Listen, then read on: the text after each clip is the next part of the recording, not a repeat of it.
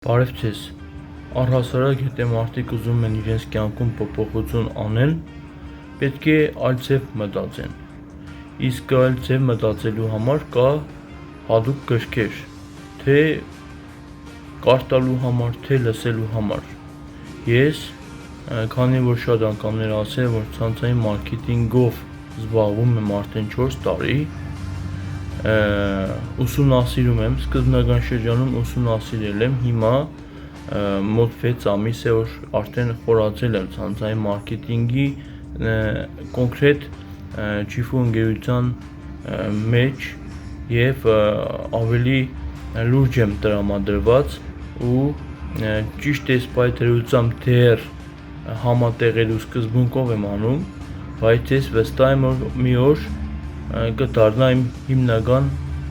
ոլորտս, ինչով որ ես կզբաղվեմ։ Այս ճանապարհը չեմ ասում շատ հեշտ է, չեմ էլ ասում շատ դժվար է։ Պետք է սովորել, ինքնակրթվել։ Դրա համար ես ձեզ համար պատրաստել եմ վիդեո տարբերակ, թե 4 տարիների ընթացքում ես ինչ աուդիո գրքեր եմ լսել։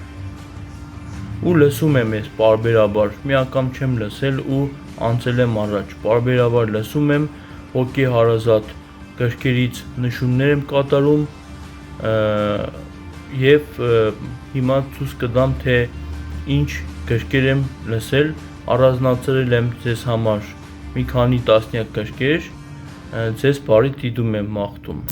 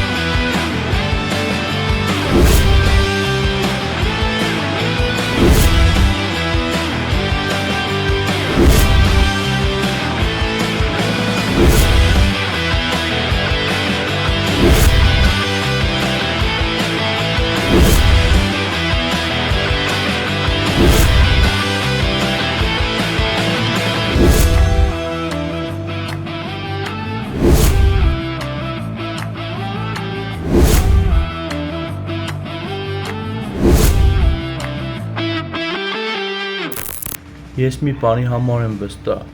երբ որ մարդ ունենում է մեծ նպատակներ, իր համար ամեն պատճառաբանություն ընդունելի չէ,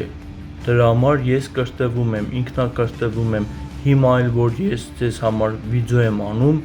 դա էլ իմ մտավախություններից վերաբերյալ է,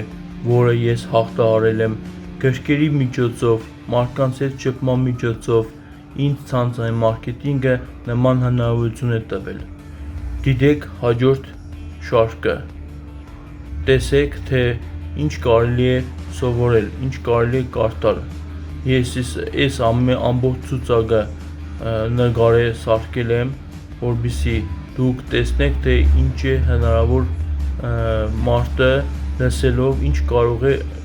սովորել, ինքնազարգանալ, կարևոր չէ ցանցային մարքեթինգով եք զբաղվում, թե այլ ոլորտով, կարևորը ինքնազարգանաք, սիրեք ձեր մասնագիտությունը, հոգ տանեք